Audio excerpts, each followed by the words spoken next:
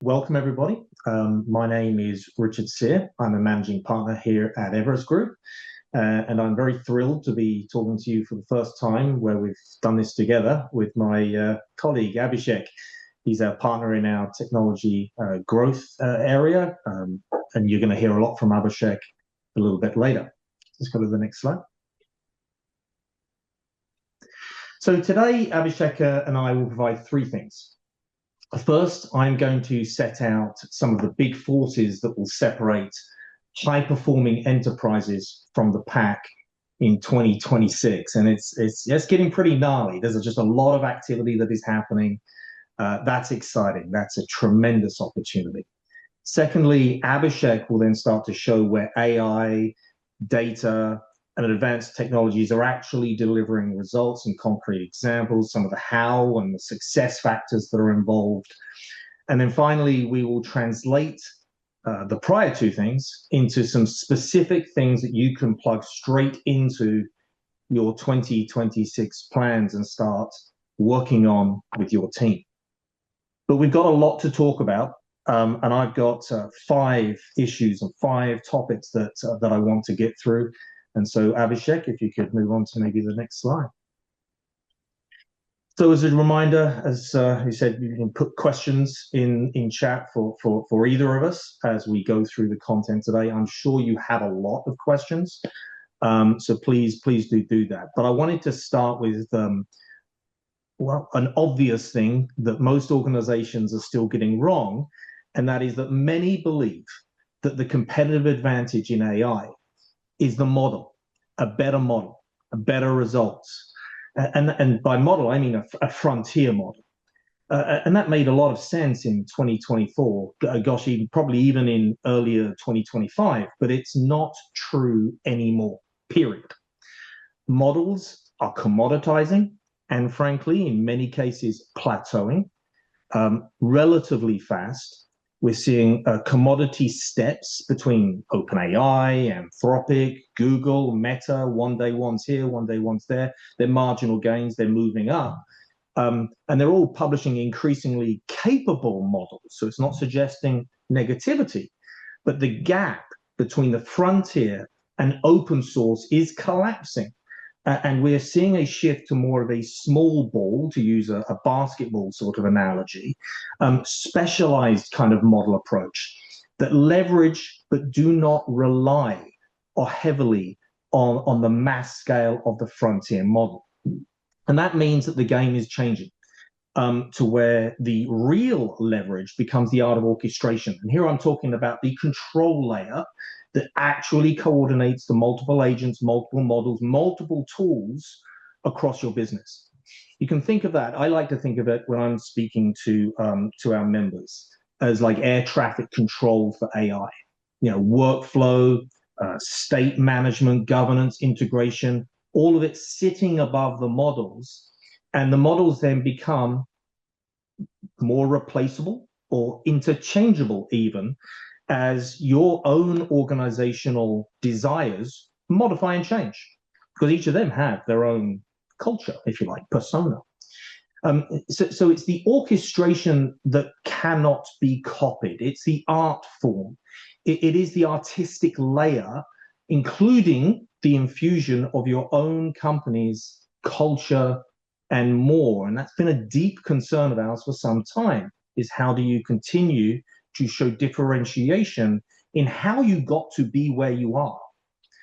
So we're seeing a lot of solid proof in this. One example of that would be Morgan Stanley. They deployed a unified orchestration layer. It was a control plane across their risk, portfolio, and operations teams. They saw a lot of cycle time dropping. I think it was 80%. That's not 8, but 80%. And they saw a 65% reduction in operations overhead, and somewhere in the region of a 40 to 50% reduction in compliance review cycles. So yeah, those are sort of automating some of those tasks, but it was the efficacy within which they were done because of how they infused the orchestration into their layer. These weren't just like, slapping on top of the system, let's see how it works. So it's a real tangible organization managing complexity in the way that they manage complexity, unlocking orchestration potential. There's obviously realities. You can't just bolt this on, like I sort of just alluded to.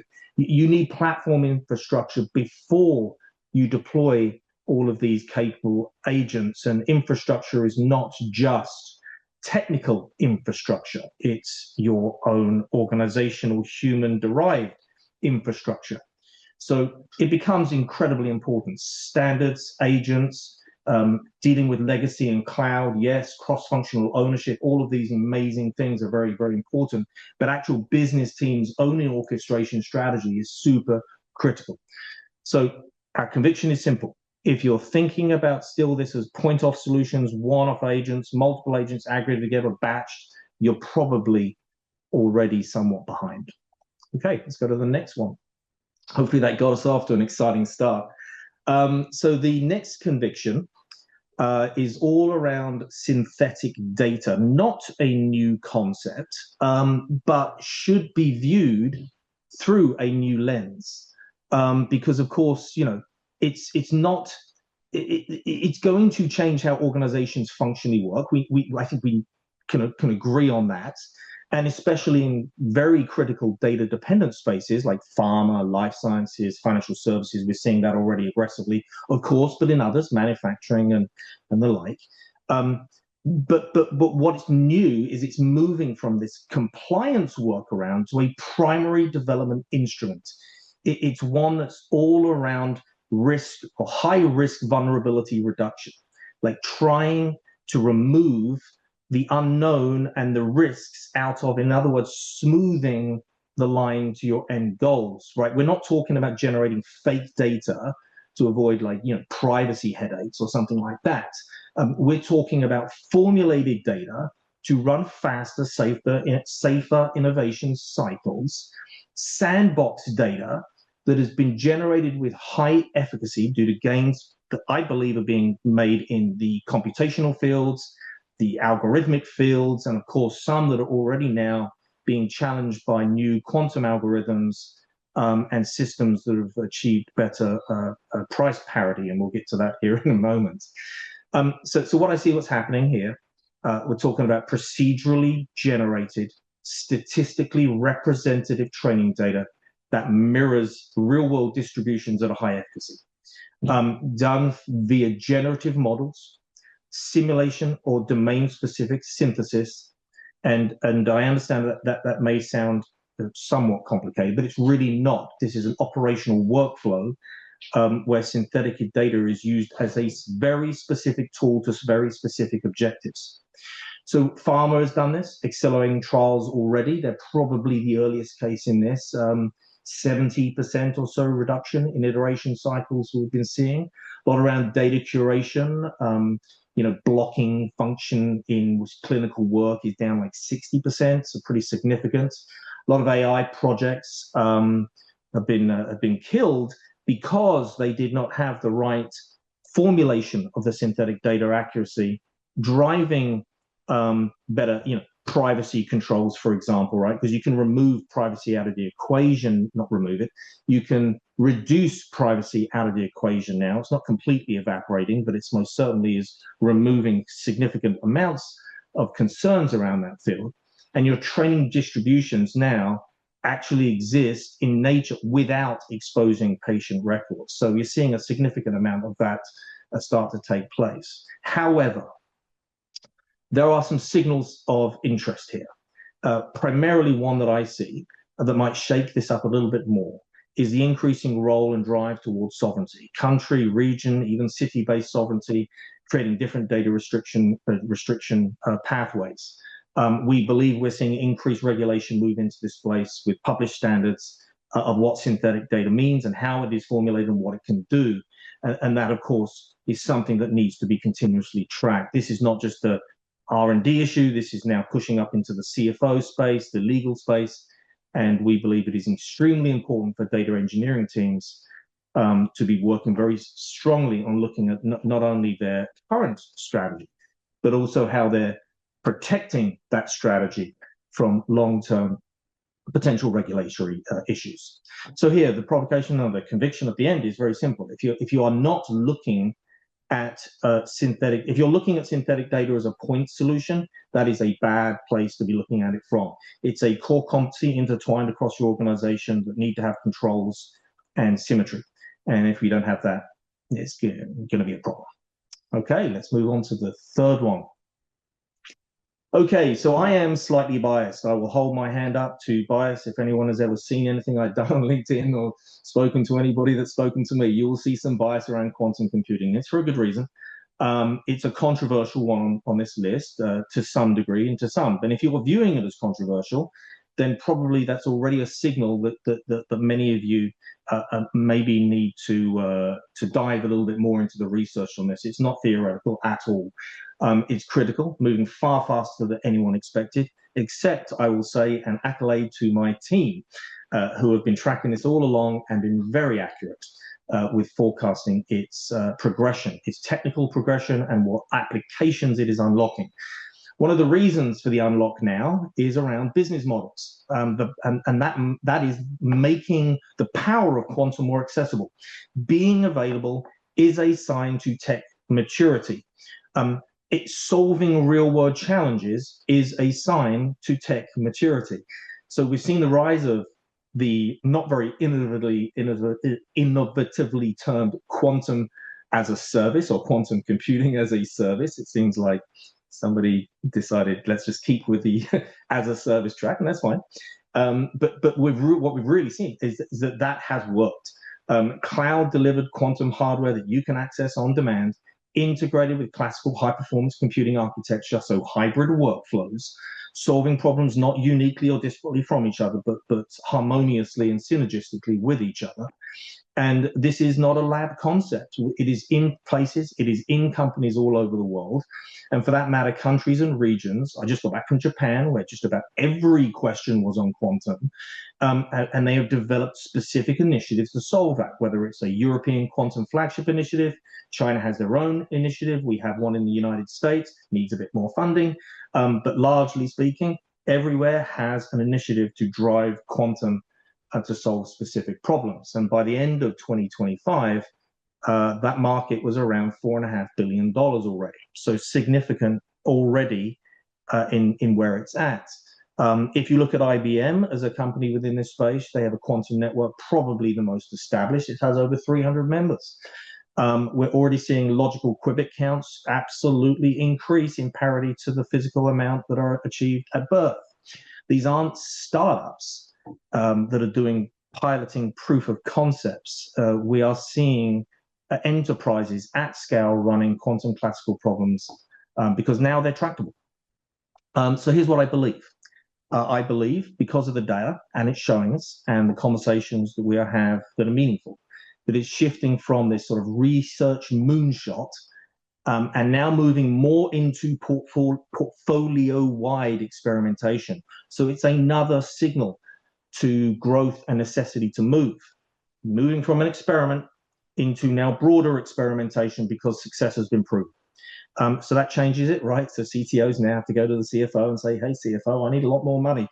Because, yeah, it's a bit more expensive in some cases, not all cases, I should add. So quantum budgets are necessary. I believe they should be performed separately from core IT infrastructure as a line item anyway. And typically 5 to 10% of your AI and data budgets. And that's a capital allocation shift that needs to take place. Okay, so you're going to see a lot of action in this space. We need quantum literate architects within organizations and researchers, ones that actually do understand the mechanisms in the space. And it is important to define very early on what those success metrics looks like. So it's a 2026 issue, folks. That's what I would say. Absolutely be jumping on this very, very quickly. Okay, let's go to the fourth one. Hopefully we're not moving too fast. I want to make sure that we communicate some information to you, give Abhishek plenty of time. It's great to hear from. And of course, this information is available for you afterwards, and we are very happy to take questions, of course, afterwards as well. All right, so there's a lot of information everywhere around AI agents. You simply can't um, look anywhere without seeing, it seems, an AI agent. So clearly it's important, but I want to talk about something quite specific to that space, and that's AI-assisted code transformation, which is, I would argue, immediately relevant and improving. So AI agents AI agents do systematically refactor legacy code bases. Now, that sounds like a lot of automation hype, but the reality is it's not. It is just a different. It's just different from traditional code modernization. So here, what we're talking about, these are AI assisted code transformation tools. They take your legacy systems, generate the refactored code, validate the behavior, and then reduce modernization timelines and risk. The tools, whilst relatively early, are already, though, in production. If we look at the data, it's pretty stark. The organizations are already seeing 70% lower effort than using manual refactoring. Post-deploy rework is down by around 12%. And total cost of ownership is down, dropping around 45%, and that will continue to go further down. So it's really hard data from current implementations. So it's not fanciful talk. So it's clearly working. And enterprises are deploying, turning the technical debt that they own into sort of a much more modular cloud-native architecture without all of the massive rewrite risks that would exist.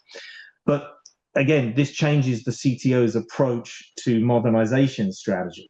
The legacy mainframe or more monolithic code base that's sitting on the roadmap for the next 3 years has to be now brought into question. For a CIO, CTO, this is a challenge, right? How to balance those investments that have already been made, partnerships and contracts that have already been signed, and within a couple of years, you've got this guy and many others saying, "Hey, this is going to be behind." They're compressing the timeline dramatically, and I don't believe that enough work has been put in to understanding that evolutionary path, or even to some extent reinvention path. And it's changing budgeting. It's changing the way that the organization has to understand. It's not an IT issue. It's a CFO issue. It's a CTO issue. It's a product officer issue. And it's replacing, obviously, developer headcount. So it's changing your talent model, the talent pyramid changing significantly. And obviously, it's redirecting a lot of engineering capacity from maintenance into more innovation. So as I said, that talent model is significantly shifting. But the provocation here is that it's not the acknowledgement of that being fact, although that is still a problem within some organizations. It's understanding the balance and the nuance within that applies to your organization and the timeframes within which you've prepared for it. The malleability in your architecture. You can't just throw agents at legacy code and hope for the best, right? There's architectural baselines that need to be met, quality gates that need to be met. In some organizations, there's human intervention requirements that need to be met, pharmaceuticals, legal fields, and so on. They need to be codified. So it's an incredibly important area that not a lot of organizations that we have been spending time with have a complete and convincing strategy towards. And we believe that is a challenge that needs assessing, because in 2026, our belief, our conviction in this one, is that AI-assisted refactoring will dramatically accelerate into cloud migration. It's going to free up more engineering talent, leading to some very tough decisions. And the people that don't have a much clearer vision of that and where it impacts and how it impacts even a customer experience, if you're a service provider, I know we've got many service providers on this today and many that will be listening, but if you're an enterprise too, understanding that technical debt that is now introduced as competitors are building newer capabilities built on a more modular, malleable architecture. Okay, here we go with my final one, and I'll move through this one relatively quickly. Embodied AI. it seems like whether you're using the term embodied or physical AI interchangeably, some people are. I believe there's a nuance and a difference between the two, but it's hard to, turn on any kind of form of business news without seeing this somewhere. And I think that's because it's omnipresent now. People are using the term to describe robotics. They're using the term to describe, in many cases, automotive or vehicles. And so sort of this notion of science fiction where AI is embodied in the exterior environment is starting to become more real, and more practical deployment is taking place, but it's quite sporadic. And I think that is where an opportunity exists, and I'll explain. The evidence is already there to show that this is the beginning of the era, though, right? So it's happening now. We're seeing it in production environments. We already see some early cases where real business value is there. There is no proof case yet from Mr. Musk and his deployment of his version of embodied humanoid bipedal robots within his own manufacturing environment. We'll see what that looks like and review the data as the data comes in. But if we think about physical embodied AI, we're talking about the foundation of action models and robotic systems that are performing potentially human-like tasks, so dexterous manipulation, for example, perception, perhaps even decision-making in physical environments, that have more spatial reasoning and more tactile feedback. So where I don't like descriptions is where it's, okay, AI is embodied into a sensor. No, that's an ingredient that leads to an outcome. The embodiment of AI is when that is a representation of an outcome. Physical AI, to me, is where you see the components aggregating together as a form of ingredients to create an end output, which is the embodiment of the aggregation of AI into an environment. So sensors infused with AI would be an example of an ingredient that goes into a composite outcome. So we are seeing node targets in these spaces. Manufacturing floors, I think, are early ones, warehousing, logistics centers, because they're the most obvious. They've had this network of incredible sort of, IoT type environments around for a long time. So they've been easier. They've got maturation with data. Data is great. Data is confidence. The more data that the physical embodiment of these systems has, the better. And clearly, over a prolonged period of time with the aggregation of that data, it leads to better training outcomes. And so those are really hot spaces if we're looking into organizations that are, embodied AI ready. That would make a ton of sense. So the markets, they're pretty clear, right? So organizations seeing about a 35% reduction in safety incidences. It was a large manufacturing company that deployed a physical AI or embodied AI solution. Humanoid robots themselves are dropping in cost. You've got on here $13,000 to $17,000, and I've seen those numbers, so we sort of took them, and I believe that those are, broadly speaking, accurate. But I would imagine by 2035, you could really challenge the bottom end of that. It depends on scale, right? So if you're looking at household type embodied AI, going to be a lot lower needed to be the price entry point. But if we're looking at manufacturing or critical infrastructure solutions, then the price is likely to match the relative risk involved. So either way, what we know, economical scale is starting to achieve as price points of the ingredients become more attainable. So I think it's fair to say that with the evolution of what I mentioned earlier around foundational models shifting to specialized models are an unlock element to embodied AI. Spatial reasoning, context aware, culturally sensitive, trainable to the nth degree, right? Control over systems. All of these point towards specialized systems that may be built on a foundational model or a frontier model, but certainly are specialized models. So you see how these things are starting to come together. Really exciting. So discipline is very important. Pilots have to be narrowly scoped. Workforce change management is clearly non-negotiable in this environment. Going to see a lot of that. And clearly we need retraining strategies in place. So there's a lot of talent pyramid shift that also takes place in this one. Okay. So final on this moment, our conviction again in this space, controlled pilots, probably a good idea this year. If you're in one of those critical spaces of which I mentioned 4 or 5, it's a this year issue to be looking beyond robotics, but to embodiment. Robotics is a piece of that pie that often gets confused as the pie. It is not. It's perhaps the experience to some degree, surrounded with other experiences. Okay. Not having much of a strategy by the end of this year is probably going to be somewhat of a challenge. Okay. So 5 convictions. Next slide, please. There we go. Great. So 5 convictions, pretty clear patterns, lots of interesting, hopefully interesting things for you to be thinking through. I'm curious, as is I'm sure Abhishek is curious, to hear from you. Which one hits you the hardest? So we have a poll going up, and I'm holding my breath. What are you wagering on, Richard? I don't know. Should I give that away? Is that a Nah, yeah. I think it's a tough one. I'm well. Look, I'm happy that somebody voted for quantum. that's that's the main thing.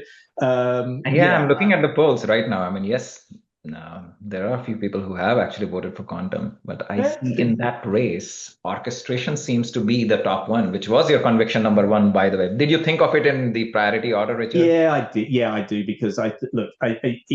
That is your point of differentiation. I see the other things as points that plug into differentiation, but orchestration is not a technical, not just a technical issue.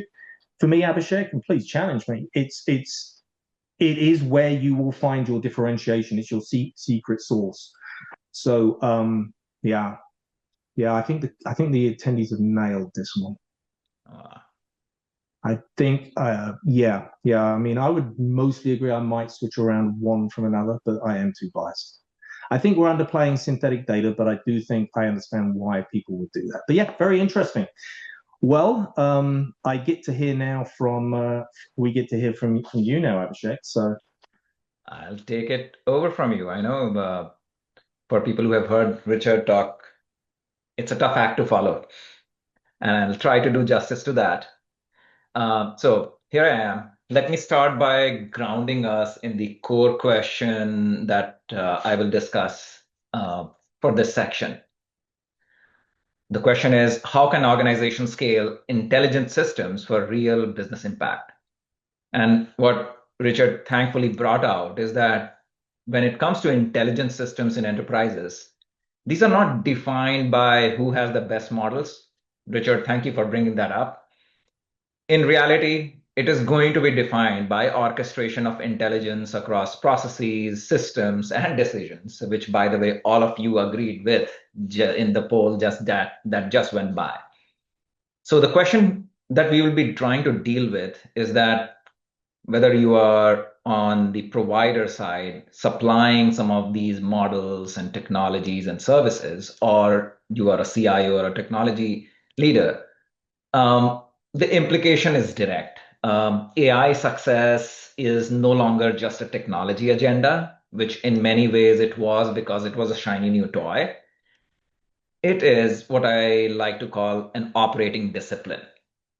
So, what I will try and do over the next few slides is focus on 2 things. First, how to identify the right use cases or the areas that actually create the business impact for you. And business impact could vary by different organizations. Some of you are probably tracking efficiency. Some of you are talking about bottom lines and top lines. For some, it could be customer experience. So I leave that to you. But in many ways, what we will try and identify or bring out a framing of how to think about prioritizing. And second, when you look at the entire ecosystem out there, how do you align your own operating model and the supply ecosystem that you're working with to scale those use cases? So we'll try and make it a bit practical as far as possible in a webinar setting. So let's take a look at this, which is kind of our high level view of how operating model transformation works in enterprise situations. This slide, in many ways, captures the hard truth we see across enterprises. Most organizations are stuck somewhere in between the traditional and the evolution scenario. What you see on the left is the traditional scenario, which is where AI lives in pilots. The impact on profit and loss is minimal. We are just trying to use AI as a layover over our existing processes. It's in the middle wherein we move towards evolution, is where we start talking about technology and your human intervention driven processes starting to coexist. You start getting some productivity gains, but in many ways, the core operating model that you had still continues to operate the same way. We are not really starting to reimagine how, say, for example, invoicing works. Does AI needs to be laid over how invoicing works? Or does invoicing in itself needs to be reimagined for organizations to work on it? And why I'm using invoicing as an example is that that's one area where I have seen some organizations actually go ahead and transform significantly how they think about that particular process. Moving on this same direction, on the right hand side, which is the ideal scenario, which is the reinvention part. This is where whatever artificial intelligence that you're talking about sits at the center of the architecture, the operations, as well as the decision governance that drives those functions. This is where we see, and wherever we have seen organizations apply it, step change value gets created. So the key implication here is not that everyone must jump straight to reinvention. It is a process. It takes its own sweet time. There are a lot of moving pieces and parts in the organization that you have to think through. The implication is that value scales only when you start thinking about operating model changes. You have to start somewhere. If AI is bolted onto existing workflows, impact will plateau quickly. You will get some initial productivity gains, and then you will start noticing that, hey, what you are doing more of is just meddling with the technology. But when you start thinking about how to reshape work itself, how it is defined, how it is governed and executed, you will see the compounding in value that you get as you start bringing AI in. So the strategic question for leaders ought to be whether you are engaging those leaders in taking those decisions or you are a leader who are taking those decisions directly should not be actually how much AI do we have.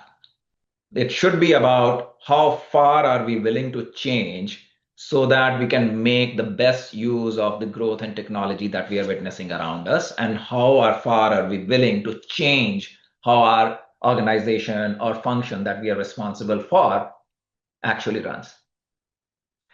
So how will that change happen, and what are some of the means in which we can take those decisions? Here is one way to think about it, which we like to call as the process first mentality. This is where we are talking about changing the conversation from technology to the processes that you deal with within your organization. And that shift is very, very critical to making AI succeed. The lowest rung here, although it's right at the top because I'm going from top to bottom, is just talking about making automation work again. I'm trying to take a cheeky take on the acronym that you can easily figure out here, but this aspect of making automation work is about fixing stalled RPA and automation initiatives, which was the last wave most organizations were on, trying to make use of whatever they then thought as the most advanced technology available at their disposal. Most of these technologies in their approach towards, whether it was on the contact center side, whether we are looking at HR processes, whether we are talking about customer care bots, etc., plateaued at a certain level. And that is where the upside was kind of limited. This is going to, with the advent of AI, this is still going to be a low-hanging fruit for organizations to reignite that. But please understand that the upside is going to be limited.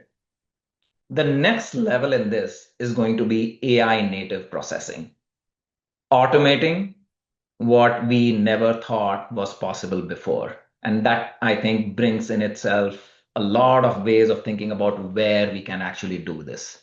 This will require a mindset shift and a tolerance for experimentation. And that is what we are witnessing right now in a lot of pilots that we see out there in large organizations, small organizations. This is where we see a bulk of pilots getting implemented, wherein those processes, tasks which were untouched by automation or previous technology waves, people are experimenting with it. But then the next step is where when we start talking about real impact. Uh, this is where we are talking about reinventing processes. This is about rebuilding workflows using modular agent driven capabilities. This is quite a heavy investment, but the upside here is materially higher because we are starting to talk about reimagining or rebuilding processes as they ought to be when you have access to technology that can truly transform it. And I'm going back to my invoicing example here because there are ways in which a particular process works, there are intermediary steps in between. But when you start realizing that with the use of technology, certain exceptions that you are inbuilt into the flow of the processes can actually be taken care of through intelligent systems.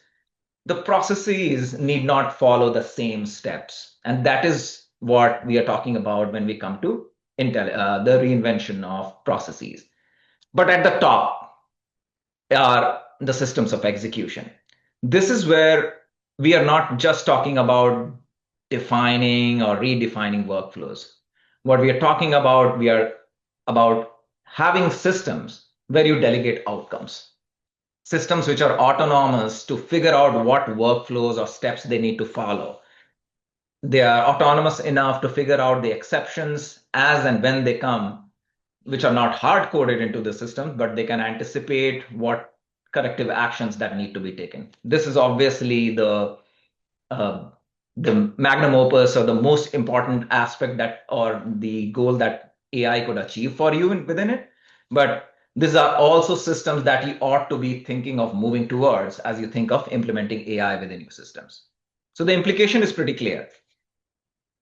If we are to anchor our AI strategy in tools, which seems to be the big chunk of AI adoption right now, the value stays local. But if you anchor your AI strategy in processes, take a process first mentality, think about the spectrum of how you are going to deal with it. First, think about making that process better, moving on towards redefining them and reinventing them, and then talking about autonomous systems, value will scale horizontally across the enterprise. And this is where intelligent systems stop being features and start becoming the operating model for your organization. Now, the question is, how do you identify where to take these steps, like we are describing as opportunity tracks here? And this is where we are going to share a bit of our own thought process about how we engage with our clients in helping them think through this. This slide is about the discipline required behind identifying the use cases that need to be worked upon. On the vertical axis is potential for agentic automation, and on the horizontal is the certainty of adoption. High cost, high complexity, high growth processes sit at the top. This is where value is concentrated. But guess what? Certainty matters. Data quality, regulatory constraints, process criticality. And this is why thinking in something like this kind of a thought framework is important, because some of these use cases, as they will sit in this spectrum, can be accelerated now. Some will need further evaluation based on the constraints that you see getting defined from either regulatory constraints or availability of data, so on and so forth. And some should wait because there is a lot of dependency that you cannot solve for. The implication for you is to resist two traps. Do not chase shiny use cases with low enterprise impact. Yes, you will see a lot of things go through the funnel, but it will not really create real impact. And when it comes to high impact use cases, do not delay them. Work on those, even those are the hairy problems to solve for. That is what we will recommend. So the scaling of intelligent systems will actually require a lot of portfolio thinking. And that is where I want to take a pause here and get your reaction on which adoption scenario you think really works best for you? Whether it is the traditional, where AI is mostly in pilots, whether we are talking about evolution, where AI is embedded in select workflows, uh, are you thinking more on the reinvention lines, or you are kind of unsure or mixed across when it comes to organizations, your organization? And as I Yes, can see, yes, come in, Abhishek. See if this surprises you. I so guess it far, also depends. no. Yeah, Well, it still depends maybe if you're enterprise most and if you're respondents in small. the evolution. Yeah. What do you think, Richard? Well, do you think it would differ between an enterprise and a service provider viewing it? I wonder how much it would also differ. We have a That lot of would be an different folks. interesting view. In Yeah. Unfortunately, we don't have that view No, yeah, either. but I But think yeah, evolution. I'm yeah. not surprised by evolution. All right. Seems like That's good.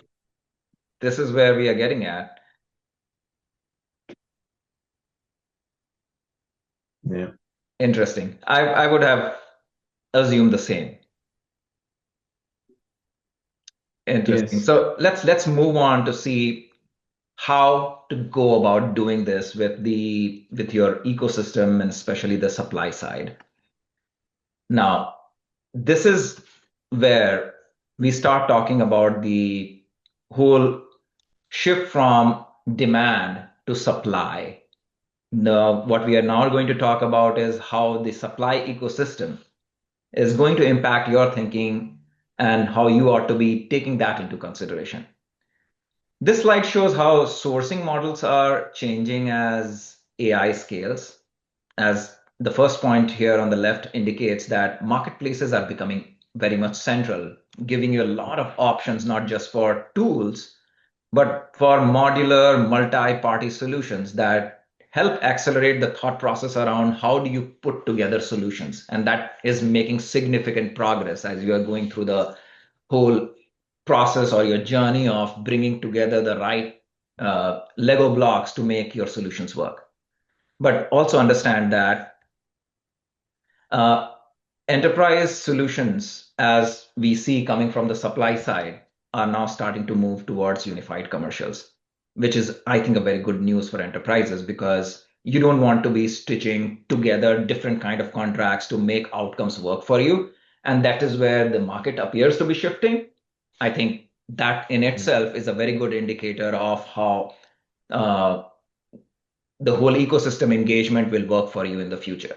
And that also has an implication, which I think is natural to come from it, which is the third point, which is multi-party SLAs are emerging, wherein there is a much clearer accountability of when multiple tech vendors, service vendors, ISVs are coming together and putting solutions together for you, how they are working internally to come forward with a multi-party SLA, which takes away some of the headache of for how you are going to define it across a very complex supply ecosystem that you might be working with. But most importantly, innovation is moving up the stack from infrastructure to process and industry workloads, and that's what we see coming from the supply side. This implication is significant because scaling intelligent systems is no longer or should not longer be about vendor selection in isolation. It should be about ecosystem orchestration, which Richard was alluding to as part of his first conviction. Hence, as when it comes to designing sourcing strategies, here is what we recommend is that align partners around outcomes and not the components, because the story so far has been around components, and we need to be nudging towards more clearer definition of outcomes and how supplies ecosystem can continue to deliver on it.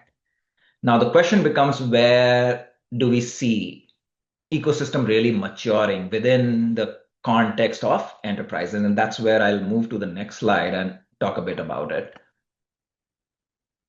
This slide shows where ecosystem-led solutions are actually taking hold. In IT, it's obvious the adoption or the innovation is strongest in data and AI, cloud, and application modernization. This is expected.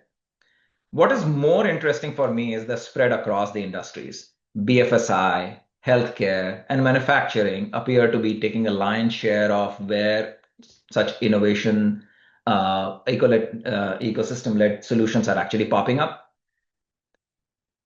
It's obviously because process complexity and regulatory pressure are highest there, and that's where more of the innovative thinking is kind of shifting in those areas. It's interesting on the business side because that's where we are talking about customer experience, finance, and supply chain. Those are the ones that appear to be standing out. No prizes for guessing, but yes, these are process-heavy domains with clear ownership and measurable outcomes, and that is probably what is driving. And as I think about it, a combination of the industry view and the process view is where most of this is playing out. So the implication again here is very clear for you. Ecosystem-led AI is not theoretical. It's already shaping how enterprises buy and deploy solutions, as is visible from the data here. The question for leaders is not whether ecosystems matter. I don't think we are debating that. It's about where you engage first, where you can create impact, and then where you scale. And this is the direction which we see it taking. But then the question becomes, if you ask me on my last point, where is it likely to scale? That's what I'll wrap up with on this one, talking about how we see the shift taking place.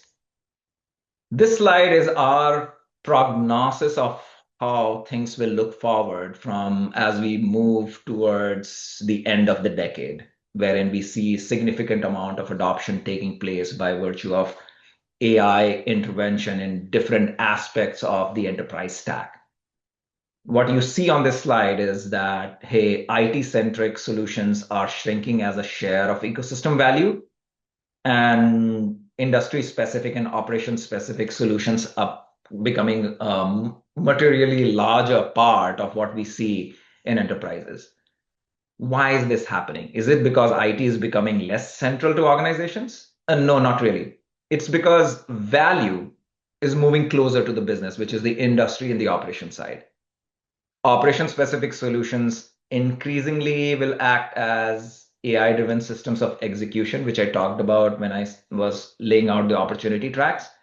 They will focus on intelligence being directly embedded into how work gets done. So the implication for leaders on the enterprise side is going to be structural.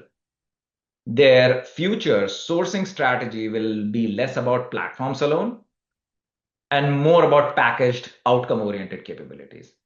Enterprises that align early to the shift will scale faster. Those that stay IT-centric will struggle to translate AI into business impact. So that is what I wanted to wrap up with, but I wanted to take your view also on which ecosystem shift you think will most impact your sourcing strategy if you are an enterprise leader here listening to this in the next 12 months? Is it about rise of industry-specific solution bundles is what you will be focusing on? Is it growth of AI-driven process workflows? Is it a decline of standalone IT-centric deals, which I think will be a big warning signal for the supply side folks who focus on those? Or do you think it's kind of hard to assess? You are still thinking about how this will play out? Yeah, that's seeing the results. I think don't think it's a huge surprise. What do you think, Abhishek? I actually am surprised. Like there's a big chunk of people Yeah, talking about AI-driven process workflows. I'm a yeah, bit surprised. I would say pleasantly surprised because this is what we have been trying to evangelize in the market as regards what the process first yeah. mindset needs to look like. And I'm pleasantly Right. happy that this is what it reflects. So congratulations. I mean, if this is the way you are thinking about it, I think we are on the same page and we are looking at a Yeah, very exciting 2026. So on that note, yeah, Richard, I'll hand it over to yeah. you to define some of the actions for Sure. Yeah. how Let's. forward-looking thinking needs to happen. Yes, this is the third part. We've got to move fairly quickly because of time. Abhishek, great job. It's always super enlightening for me to hear your insights, Phil. Really good work. So let's jump to slide 20. So actionability is important, right?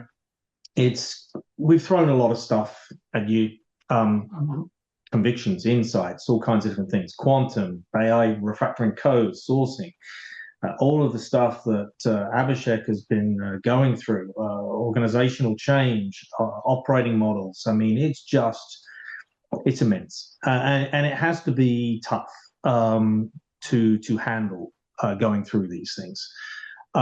We use this approach, future casting. I presented to you here not to suggest you have to use MRS Group to do these things, but there's a tool for you to also look at, because it's not really trying to predict the future. What you're trying to do is reduce uncertainty so that you can move forwards with greater confidence. The biggest mistake that organizations make in my 30 years of doing this isn't picking the wrong technology.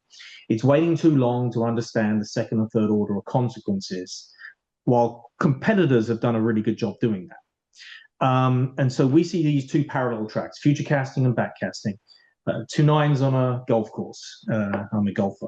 So future casting is about what we know today through force mapping, hypothesis building, very data-centric approach, scientific. My team are scientists. We're very blessed at Everest Group to have a very diverse group of skill sets that allow us to look at everything in the stack, from talent to tech to chemicals. I mean, it's just incredible. But the goal here is to develop a vision, that you need a credible future vision with reference scenarios that you can take to your organization and say, this is what we believe to be true based upon these convictions and this evidence. Again, whether that's an exercise you do yourselves or whether you seek help. Not having that is a huge mistake. It needs to be beyond just pretty pictures and words and a hypothesis around how technologies we believe to be functioning. No, we know we have to know what has to be true. So backcasting is all about that. If we know what needs to be true, we now know what also needs to be changed. We now know what also needs to be adapted to. It takes the scenarios and looks at the different instances, starting to stress test your current strategy, stress test what you need to be doing, stress test against what your competitors are doing. You got to understand this in order to know whether you're going to hold up or you're going to break apart. And so, understanding the risks, and then, of course, your execution workflows, mapping those out, looking at how they ultimately unfold in a world where these things are true, is imperative. Absolutely imperative. And organizations, unfortunately, haven't done enough of this. We're lucky. We've done over 300 of them, Fortune 500 companies. And I'm just going to give you two things that I think matter. The two things, there's five at the bottom, but I'm going to give you two. Bias. Drinking your own Kool-Aid is a killer. You have to immediately get yourself out of your own head, out of your own job. It is the hardest thing to do because you're going to be getting pressure from your boss, unless you're the CEO, in which case you're going to be getting pressure from your board. And the board need to be asking the right questions. Assuming things like AI agents will replace 50% of our workforce, you've already lost the plot. You've already made a mistake. You need to be intellectually honest and scientifically credible. And bias, unfortunately, kills those things. The second thing is the what needs to be true. It's a simple way. It's classic. It isn't Everest Group. It's other people. This is a thing that has been there for a long time. Clayton Christensen. For every conviction, for every technology bet, every decision, what needs to be true for this to be delivered in your environment that you believe to be true in the future. And then you need to validate those assumptions systematically, step by step. So it's very, very important to have some model. And I present this one here, unfortunately, due to time, rather quickly, but happy to go through it in more detail as required. So, no, absolutely. Yeah. I think this is a good time, Richard. I know you couldn't spend enough time on this, but what I would like to offer the audience is an opportunity to actually engage on this framework. So if you are interested in a complimentary assessment readout with us on how you can do future casting for your organization or the specific function or area that you deal with, reach out to us. There is a link that you will see in the chat, which you can click to register, and we will take a look at your request and reach back out to you and offer you this opportunity to do that. So on that note, I know we just have 5 minutes left. We can do a bit of Q&A. So Richard, I think I have a question for you, which is popping up. You just talked about the bias aspect from the future casting work, and you had that interesting phrase also, which is avoid. What was that? The popcorn style Oh, future, popcorn futurists. Yeah. popcorn futurist. Yeah. Yeah. Yeah. So on that, the question here is, what is the most dangerous bias you see in executive teams today? And is there a way leaders can institutionalize what needs to be true, Yeah. kind of a discipline and when they plan for their strategies? The most dangerous bias is industry experience. So it's the assumption that your industry experience, the place that you emanated from, the place that you spent all of your time getting your education from, the 30 years that you have of working in your industry or the 20 years you have of working in your industry has accumulated a body of knowledge which is indefensible. And unfortunately, you have to, reset and reframe yourself to as if you were choosing your college classes, in your junior year at high school, and that's problematic. So you have to put people in those places. You've got to give them access to information which allows them to put them in that situation and present them with a blank canvas as best as you can. Removing all bias is impossible. But you have to remove as much as you humanly can and give people that experience to see. So it's the most dangerous thing to any of these exercises. Yeah, stakeholders, shareholders too. Shareholders, I hate to say it, mate, but shareholders are also a real problem. Shareholder return. Yeah. It, yeah, it's tough on public Yeah. companies, much tougher. Yeah, Yeah. Now, yeah, there is this other question. I think I should be able to answer this one, yeah. Go for which it. is in the shift from evolution to reinvention of the operating model, what is the single most common barrier that prevents enterprises from scaling AI into measurable P&L impact? I know people want to impact P&L, so that's a good question. It's good. And Richard, feel free to chime in on this one No, because no, you go. you're Go close for to it. this. So I'll take my first shot at answering this. Is I think the biggest barrier that we see in a lot of the discussions that I get into around reinvention is the diffidence around challenging how processes run today. In a lot of situations, organizations are running parts of their organizations as people organization. There are structures inbuilt, there are people involved, there are fiefdoms that they are running. It becomes any thought process on reinvention becomes breaking all barriers. It's almost like destroying all that you have built. That's the kind of thought process that comes in initially.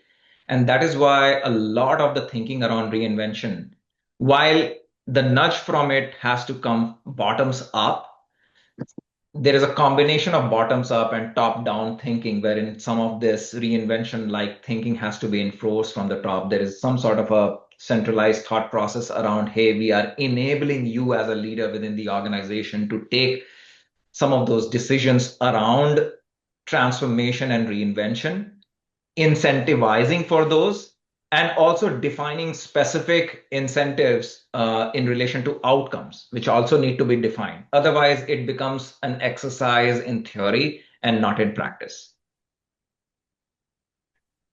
100%.